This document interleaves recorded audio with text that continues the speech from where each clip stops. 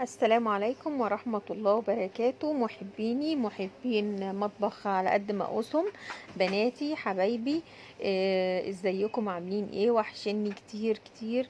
النهاردة هنعمل سمك صينية مكريل، جميلة لذيذة حلوة لكل بنوتة جميلة عايزة تتعلم ازاي تعملها. بصوا يا حبايب قلبي، بصوا احنا هنا عندنا سمك مكريل، منضفاه كويس جدا ومقطعاه شرايح من الجناب. عندنا بصل مقطعاه قطع صغيرة اهوت. عندنا كمان في توم، عندنا بهارات سمك، ملح، كمون، كزبرة، فلفل اسود، آه، توم مفري اهوت. توم حطاه عليها. عندنا كمان هنخلطهم كويس جدا جدا علشان يندمجوا مع بعض. وبعد ما يندمجوا هنحشي بيها السمك، وهيبقى دي التتبيلة بتاعت السمك بتاعنا. دلوقتي اهو بخلطه بايدي عادي، لان احنا ايدينا نظيفة واحنا اللي هناكلوه، فعادي يعني. هنيجي دلوقتي مع السمك ونمسكه واحدة واحدة اهوت. شايفين اللي نازل ده البطروخ، يعني البيض بتاع السمك، احنا بنحبه على فكرة جدا اهوت. بصوا احنا بنحشي الحشوة في القطع ديت. وبعد كده هوت هنحطها جواها. ونحط فيها شرايح بصل وشرايح طماطم. انا مقطعه طماطم جوانح وبصل جوانح. آه، وبعدين هنحط عليها ليمون اهو، زي ما انتوا شايفين اهو. بصل، شايفين الجوانح بنحطها اهوت، وهنعصر جواها ليمون كأننا بنعمل ساندوتش بالظبط كده. بصوا نقفله ونروح حاطينها، وهكذا هقعد اشغل على السمك بالطريقه ديت. نحط في كل الفتحات التتبيله، ومن جوه احط شرايح البصل والثوم، شرايح البصل والطماطم، ونعصر عليها ليمون عشان تاخد الطعم المزز. وبصوا ما تخليش اي زفارة، ده بصوا مبطرخ وجميل جدا.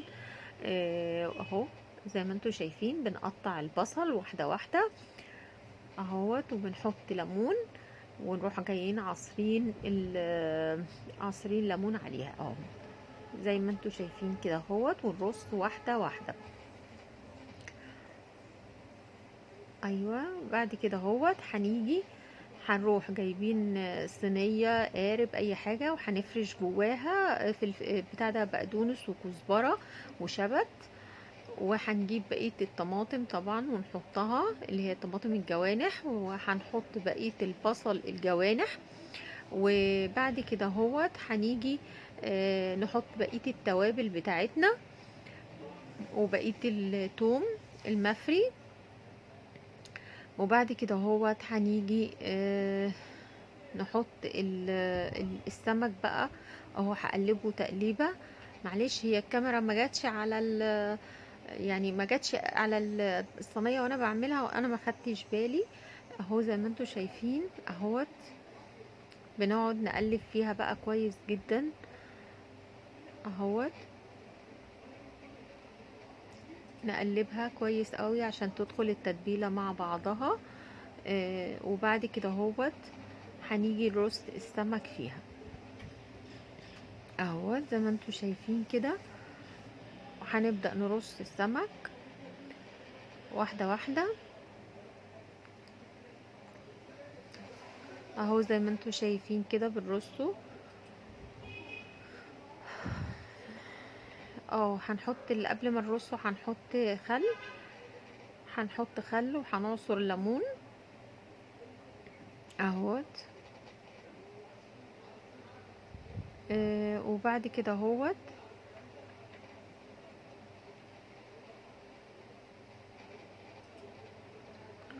هنرص السمك واحدة واحدة اهوت. يا رب يعجبكم الفيديو. اذا عجبكم متحرمونيش من اللايك والشير.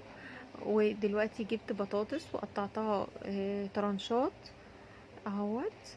قطعتها بلفها حوالين السمك، تبقى منها صينية بطاطس بالسمك يعني اهو. زي ما انتوا شايفين البطاطس، عدد البطاطس دي راجعه لكم انتوا. انا عملت 3 بطاطسات صغيرين اهوت بلفها كلها في الصينيه اهو زي ما انتوا شايفين كده. وبعدين بجيب توم، بقيه التوم حجزت حبه منه وحطيت عليه اهو زيت زي ما انتوا شايفين، وحطيت خل وحطيت ليمون، وحطيت عليه برضو شويه توابل ملح وكمون وكده، وبرشرش عليه السمك عشان يبقى ايه، يبقى عليه برضو ايه من الصوص هو والسمك او البطاطس، يعني البطاطس تاخد من نفس الطعم بتاع السمك. ونفضل نلف كده التوابل يعني والزيت والخل على البطاطس، نفضل نحركها كده اهو زي ما انتوا شايفين. وبعد كده هنجيب الصينيه كده خلصت، هنجيب ورق فويل ونغطي بيه عشان البطاطس تستوي مع السمك، ما يبقاش البطاطس نيه والسمك هو اللي استوى، لا طبعا استوى، لان البطاطس كمان ما بتاخدش وقت فهتستوي على البخار. فاحنا غطيناها كويس جدا وهنحطها في الفرن متوسط الحراره. وبعد كده لما ندخلها بعد ما تستوي ممكن نشيل الورق الفويل ونحطها تحت الشوايه. وبعد كده جبت 3 طماطمات ضربتهم في الخلاط كويس جدا، وجبت بصل جوانح حمرته، بس دي اللقطه دي ما اتصورتش. حمرته، بعد ما حمرته كويس جدا جيت رحت بعد ما ضربت الطماطم حطيت في مع الطماطم دي عشان هنعمل سمك رز صياديه. وهنحط بقى عليه شويه توابل وكده كده زي ما انتوا شايفين. انا هضربه في الخلاط دلوقتي عشان يندمج ويبقى زي المعجون بالظبط. جربوا الطريقة دي هتبقى لذيذة جدا جدا جدا، وطريقة حلوة في الرز الصيادية يعني. اهو زي ما انتوا شايفين انا بعد ما ضربته بص عامل زي المعجون ازاي.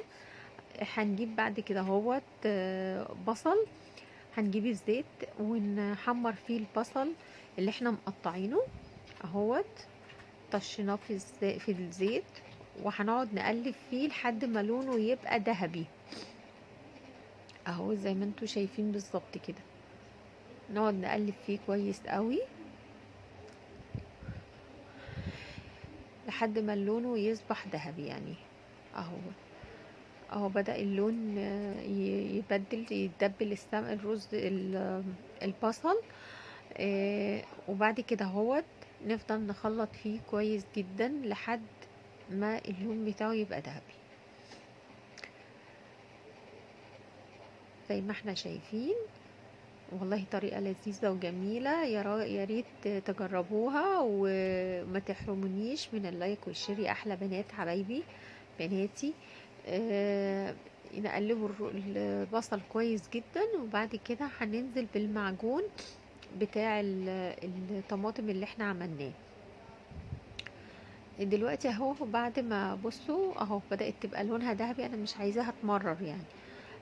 بدأت لونها بقى ذهبي، هننزل بالمعجون اللي انتوا شايفينه زي ما احنا شايفين كده بالظبط نزلنا عليه، وهنفضل نقلب فيها كده عشان تاخد من طعم ايه التشويحة بتاعة البصلة، يبقى فيها ايه تشويحة برضو.